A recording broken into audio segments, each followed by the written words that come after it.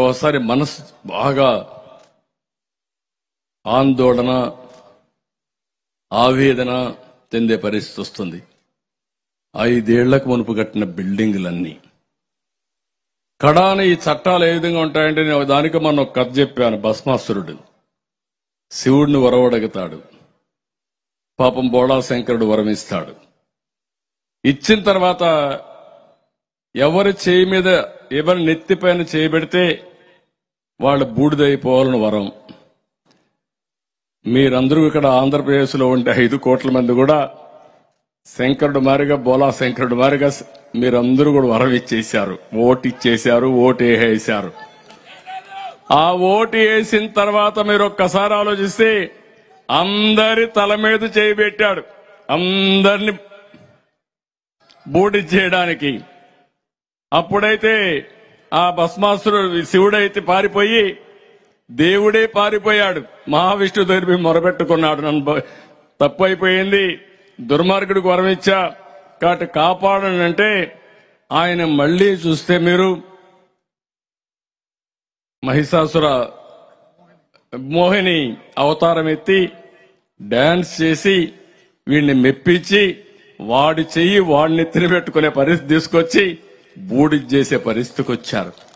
అంటే భగవంతుడికే తప్పలేదు ఈ కష్టాలు. నేను అందుకే చెప్తున్నా, విష్ణుమూర్తి వచ్చి చేసే వరకు ఈశ్వరుడు కూడా దిక్కు లేకుండా పోయింది. ఇక్కడ ప్రజలు ఓటేసిన తర్వాత అందరి తల మీద చేయబెట్టాడు, పెడుతూనే ఉన్నాడు. ఇంకా బతికున్నాం, అక్కడ బూడిదైపోయారు కానీ ఇంకా జీవోత్సవాలుగా బతికున్నాం. అందుకే నేను అడుగుతున్నా, మళ్ళా మీకు ఒకే అవకాశం 87 రోజులు ప్రతి ఒక్కరుగా ఆలోచించుకుని కులాలకు అతీతంగా, మతాలకు అతీతంగా, ప్రాంతాలకు అతీతంగా అందరూ కలిసి ఒకే దారికి రావాలి. అది వైసీపీ విముక్త రాష్ట్రంగా తయారు చేసే పరిస్థితి మీరందరూ తీసుకోవాల్సిన అవసరం ఉంది. ఆ ఉద్యమానికే నేను గాని జనసేన గారు గాని మీకు ఇవ్వరు. ఇంకా 87 రోజులు ఓపి పట్టాలా, కోర్టుకు పోవాలా? మిమ్మల్ని అభినందిస్తున్నా. 5 ఏళ్లు పోరాడారు. ఇంతవరకు ప్రపంచ చరిత్రలో ఇంత పెద్ద పోరాటం ఎప్పుడూ జరగలేదు. అంత పెద్ద పోరాటం చేసిన ఇక్కడ రైతాంగాన్ని, ప్రత్యేకంగా ఆడబిడ్డల్ని మనస్ఫూర్తిగా అభినందిస్తున్నా. మామూలుగా జరగలేదు. కడాన మిమ్మల్ని చూస్తే ఇక్కడ అడుగడుగునా మిమ్మల్ని హింస చేశారు. ఇక్కడే మా పోలీసులు ఉన్నారు. పాపం వాళ్ళని నేనేం మాట్లాడను గాని వాళ్ళు చేసిన అరాచకాలు అయితే రాక్షసులు కూడా అంత అరాచకాలు చేయరు. అన్ని అరాచకాలు చేశారు ఈ పోలీసులే. రేపు మళ్ళా మీకు జిందాబాద్ కొట్టబోయేది కూడా ఈ పోలీసులే. తొందరలో వస్తారు మళ్ళీ మీ దగ్గరికి. వచ్చేట్టుగా చేస్తున్న అదే ప్రజాస్వామ్య విశిష్టత. నేను చాలా విన్నాను, చాలా చూశాను.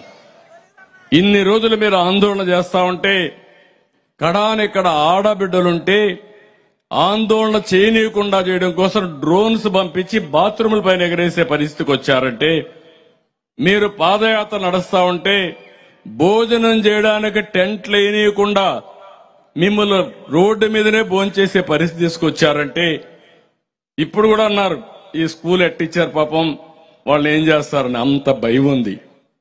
అంటే ఒక దుర్మార్గుడి పాలనలో వేరే రాజకీయ నాయకులు వచ్చి ఇక్కడ స్కూల్లో మీటింగ్ పెట్టాలన్నా భయపడే పరిస్థితికి వస్తున్నారంటే ఇవన్నీ కూడా మనం చూస్తే దీంట్లో ఆశ్చర్యం లేదు. ఇప్పుడే రామకృష్ణరాజు ఒక ఎగ్జాంపుల్ చెప్తున్నా మీకు. రఘురామకృష్ణరాజు ఆయన ఈరోజు రఘురామకృష్ణరాజు ఒక ఎంపీ అరెస్ట్ చేసి ఆయన విభేదించాడని విమర్శించాడని అరెస్ట్ చేసి పోలీస్ స్టేషన్లో సిబిసిఐడి పోలీస్ స్టేషన్లో విపరీతంగా కొట్టి మళ్లీ అతన్ని జైలుకు పంపించారు. ఆ రోజు మీరు చూస్తే ఎంత భయంకరంగా సిచ్యువేషన్ అంటే, మేమందరం బయట ఉన్నాం. ఇక్కడ నేరుగా హైకోర్టుకు వెళ్ళాం, సుప్రీంకోర్టుకు వెళ్ళాం, ప్రెసిడెంట్కి లెటర్ రాశా, ప్రైమ్ మినిస్టర్ లెటర్ రాశా, గవర్నర్కి లెటర్ రాశా. అయినా కూడా కొట్టారు. కొట్టిన తర్వాత ఆయన్ని మళ్లీ సుప్రీంకోర్టు ఇంటర్ఫియర్ అయ్యి హైదరాబాద్ మిలిటరీ హాస్పిటల్కి పంపించి హైదరాబాద్ మిలిటరీ హాస్పిటల్లో సర్టిఫికెట్లన్నీ తీసుకుని ఆయన కొట్టిన మాట వాస్తవాన్ని ధృవీకరించారు. ధృవీకరించిన తర్వాత సుప్రీంకోర్టులో వేశాడు మళ్ళీ ఆ కేసు. ఇంకా ఆ కేసు అట్లే పెండింగ్ ఉంది. ఒకసారి హైదరాబాద్ నుంచి ప్రధానమంత్రి గారు వెస్ట్ గోదావరిలో ఆయన నియోజకవర్గంలో మీటింగ్ పెడితే ఆ మీటింగ్కి వస్తున్నాడు. మీటింగ్కి వస్తా ఉంటే అల్లూరి సీతారామరాజు గారి యొక్క విగ్రహ ఆవిష్కరణ కోసం ప్రధానమంత్రి వస్తే ఆ మీటింగ్కి పోవాలంటే ఆయన ఎక్కిన ట్రైన్ ఏం చేస్తారో తెలియకుండా చంపేస్తారనే భయంతో మళ్ళా మధ్యలో దిగి పారిపోయాడు.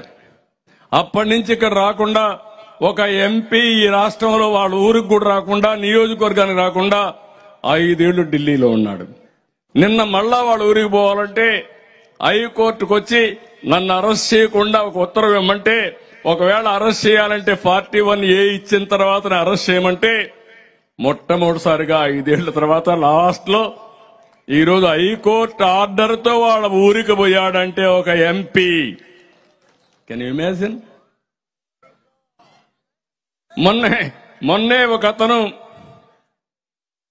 అమెరికాలో తెలుగుదేశం పార్టీకి జనసేనకి మనం పోరాడే విషయాల్లో అక్కడక్కడ పోస్టులు పెడుతున్నాడని వాళ్ళ తల్లికి బాగాలేకపోతే యశస్వి వాళ్ళ తల్లికి బాగాలేకపోతే వచ్చాడు. వస్తానే ఆయన్ని అరెస్ట్ చేశారు ఎయిర్పోర్ట్ లో. అరెస్ట్ చేసిన తర్వాత పాస్పోర్ట్ లాక్కున్నారు. ఆ పాస్పోర్ట్ లాక్కుంటే కోర్టుకు వచ్చి పాస్పోర్ట్ మరి లాక్కున్నారని చెప్పారు. 41A నోటీసులు మేమందరం పోయినాక పంపించారు. మళ్లీ తిరుపతిలో కేసు ఇచ్చారు. మళ్ళా అక్కడికి రమ్మని అమెరికాకు పోకుండా అడ్డుపడి ఆయన పాస్పోర్ట్ కూడా లాక్కొని హైకోర్టు చెప్పినా వినలేదంటే ఏమన్నాలో మీరే ఆలోచించండి. ఈ రోజు ఇక్కడుంది, ఈ బిల్డింగ్లన్నీ ఉన్నాయి, మీరు చూస్తున్నారు.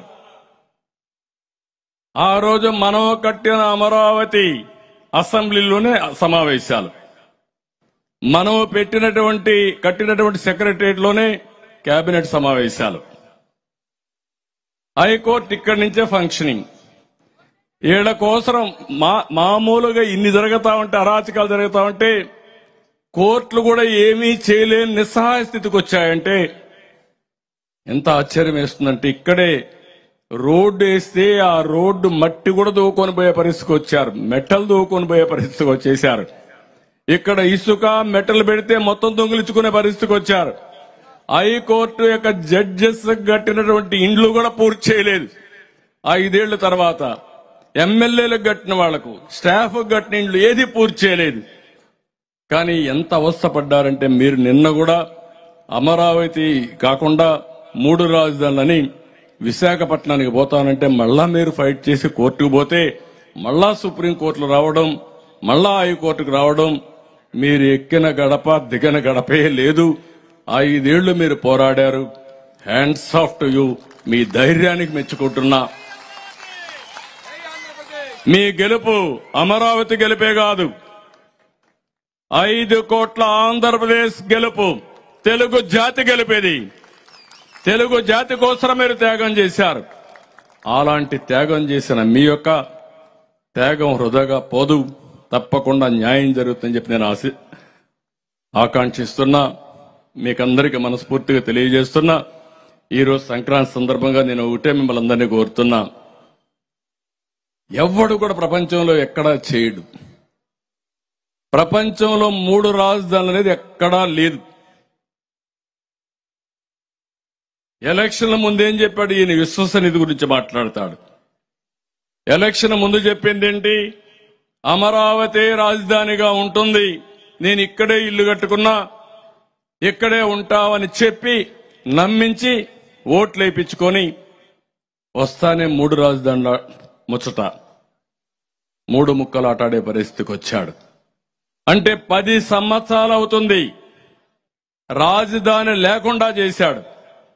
నేను ఒకటే హామీ ఇస్తున్నాను, మేమిద్దరం కూడా విశాఖపట్నం ఒక ఆర్థిక రాజధానిగా తయారు చేసే బాధ్యత మేము తీసుకుంటాం. ఆ ప్రాంతాన్ని అన్ని విధాలు అభివృద్ధి చేస్తాం, దాంట్లో అనుమానమే లేదు.